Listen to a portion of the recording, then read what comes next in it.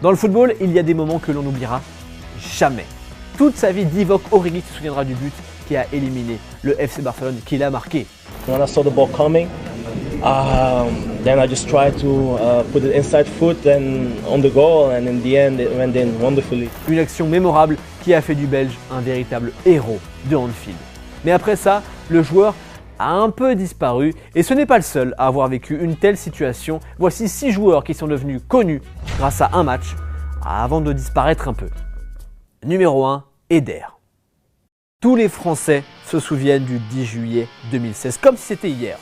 Ce jour-là, la France affronte le Portugal pour la finale de l'Euro. Après avoir éliminé l'Allemagne, les Bleus sont largement favoris. Et cela se confirme dans les premiers instants de la rencontre, car ils dominent.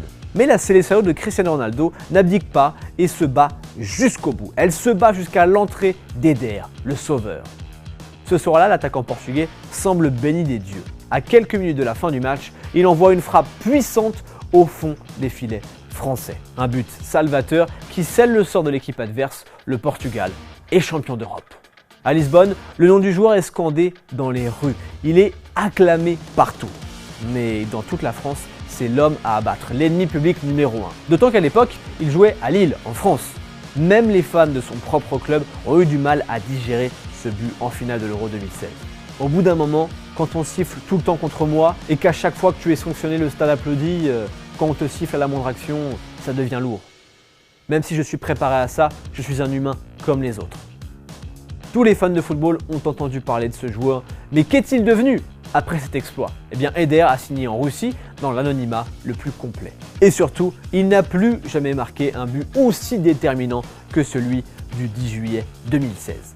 Numéro 2, Divock Origi. Corner joué rapidement. Impossible d'oublier cette phrase mythique, surtout si vous êtes fan de Liverpool. L'attaquant belge a marqué des buts importants pour les Reds, mais son doublé en demi-finale de Ligue des Champions face au Barça, c'est ce qui a fait de lui un héros que l'on n'attendait pas. Et je pense que même les supporters et les joueurs blaugrana n'étaient pas prêts pour sa performance. Ce soir-là, Mohamed Salah et Roberto Firmino étaient absents. Alors Divock Origi a été aligné d'entrée aux côtés de Sadio Mané. Et ce choix de Jürgen Klopp a été le choix de l'année. Malheureusement pour lui, il ne s'est pas beaucoup illustré depuis ce match historique. C'est même dommage parce que bien souvent il a sauvé les Reds quand ils en avaient besoin. Pas de panique, si tu regardes cette vidéo, c'est que tu veux être au courant des toutes dernières infos sur le foot. Et ça tombe bien, on sort une vidéo par jour, alors ne perds pas de temps. Abonne-toi, active la cloche pour ne rien rater. Numéro 3, Angelos Charisteas.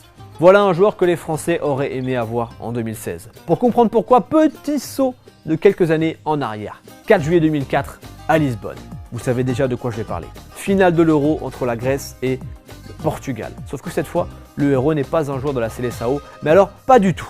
Ce jour-là, le bourreau est grec et il se prénomme Angelos Charisteas. Honnêtement, les plus jeunes qui nous regardent, est-ce que son nom vous dit quelque chose? Sur un corner, il envoie un puissant coup de casque dans le but portugais. Coup de tête qui a fait de la Grèce le champion d'Europe 2004. Je n'oublierai jamais ce moment.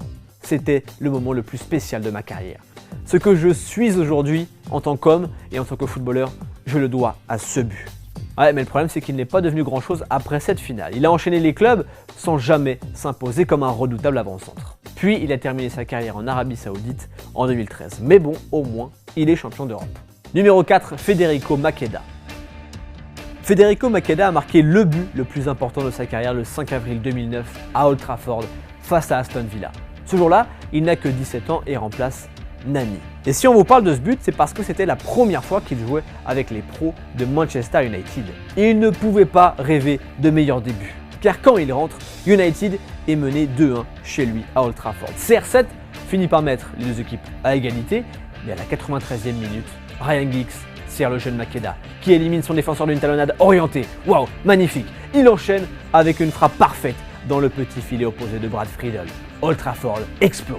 Tous les fans des Red Devils s'imaginent qu'il deviendra la nouvelle star du club. Mais en réalité, il ne sera la star que pour une après-midi. Après ça, Federico n'a jamais confirmé. Pire encore, il a totalement disparu des radars. Mais cette année-là, son but a indirectement offert le titre à Manchester. Alors cela en valait peut-être la chandelle. Numéro 5, Luis Adriano. Voilà un joueur qui a gagné pas mal de trophées en Ukraine. En réalité, on peut même considérer Luis Adriano comme une légende du Shakhtar Donetsk.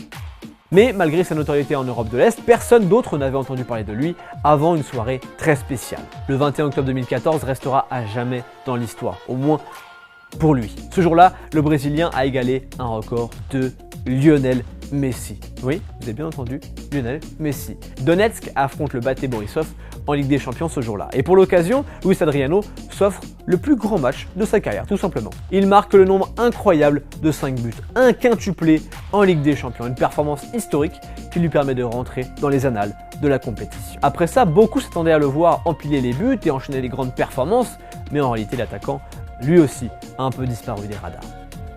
Numéro 6, Sergei Semak. Sergei qui? En vérité, il n'y a que deux catégories de personnes qui pourront vous dire qui est ce joueur. Les Russes, car Semak était très reconnu dans son pays, mais aussi les supporters du Paris Saint-Germain.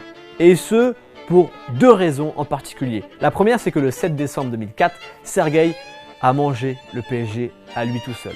Le PSG d'avant Qatar. Face à eux, il s'est offert un triplé historique. Ce soir-là, s'il gagnait, les Parisiens avaient encore une chance de se qualifier, mais Semak a éliminé le club français à lui tout seul. Un vrai bourreau, car après, le club n'a pu jouer la Ligue des Champions pendant 8 ans. C'est dire sur quel souvenir les Parisiens étaient restés en Ligue des Champions. Mais ce n'est pas tout. Deuxième raison de deviner qui a été recruté par Paris quelques semaines plus tard. Et non, c'est pas une blague.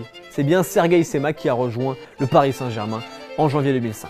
Mais étrangement, il n'a jamais été aussi bon que lors de ce match entre le PSG et le CSKA Moscou. Comme quoi, il n'est jamais bien habile de tenter quelque chose avec une personne qui vous a brisé le cœur. C'est beau. On a hésité à intégrer Jerzy Dudek dans cette liste. Si vous ne le connaissez pas, laissez-moi vous raconter rapidement. Finale de Ligue des Champions 2005 à Istanbul. Liverpool affronte le Milan AC dans un match complètement dingue. 3-0 pour le Milan à la mi-temps, 3-3 à la fin des prolongations, puis victoire au tir au but de Liverpool.